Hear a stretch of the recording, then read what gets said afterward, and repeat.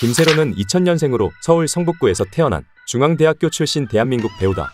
2001년 앙팡 잡지 표지 모델로 연예계에 데뷔한 뒤 2009년 천대일의 경쟁률을 뚫고 영화에 첫 출연하는데 데뷔작으로 칸 영화제에 초청을 받아 칸에 진출한 대한민국 최연소 배우라는 타이틀을 얻기도 했다. 김세론의 대부분 작품이 청소년 관람 불가라는 특징이 있는데 어린 나이인데도 청불 작품에 참여하는 이유에 대해 그냥 캐릭터가 마음에 들면 가리지 않고 맡는다고 답했다. 미성년자 시절 본인의 작품을 어떻게 관람했냐는 질문에 대해서는 절대 집에서 몰래 본 적은 없고 어른이 되어서야 본인 작품을 봤다고 답한 적이 있다. 2022년 음주운전 사고로 무리를 빚기도 했다. 변압기를 들이받고는 현장에서 체포됐는데 인스타그램 댓글을 막아버리면서 민심이 싸늘해지기 시작했다.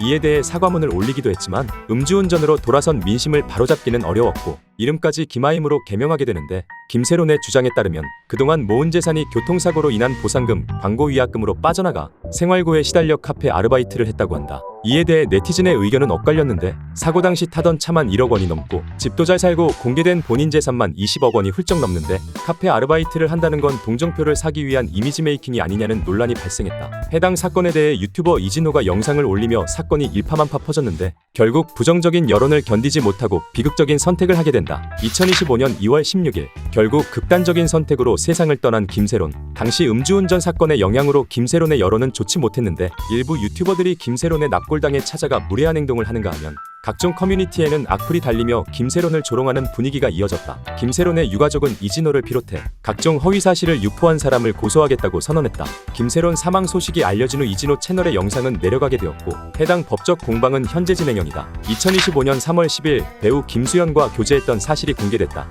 김세론의 유족이 해당 사실을 유튜버 가로세로 연구소에 제보하며 알려졌는데 2015년부터 6년간 김수현과 교제했다는 주장이다. 사귀던 당시 김세론의 나이는 만 15세로 27살이던 김수현이 미성년자와 사귀었던 사실이 밝혀지며 이슈가 됐다. 김수현은 연애 사실에 대해 부인했지만 김수현의 자필 편지와 연애 당시 사진이 공개되면서 두 사람이 평범한 관계는 아니었음이 드러났는데 단순 동료 관계를 넘어선 스킨십 사진과 김수현이 군대에서 작성한 편지의 필체가 과거 공식적으로 작성한 자필 자료와 흡사한 것이 밝혀지며 여론은 김수현과의 교제 사실이 사실이라는 쪽으로 기울게 됐다. 김세론 유족 측의 주장에 따르면 음주운전 사건 당시 7억 원의 배상금이 필요했는데 소속사인 골드메달리스트에서 이를 변제해줬지만 도중에 소속사에서 말을 바꿔 김세론이 7억 원을 배상하라는 내용 증명을 보냈고 이에 도움을 요청하기 위해 같은 소속사인 김수현에게 연락했지만 김수현은 핸드폰 번호를 바꾸고 잠적했다고 한다. 하필 김세론이 극단적인 선택을 한 날이 김수현의 생일이라 이슈가 됐는데 김수현은 김세론의 장례식에도 모습을 보이지 않았고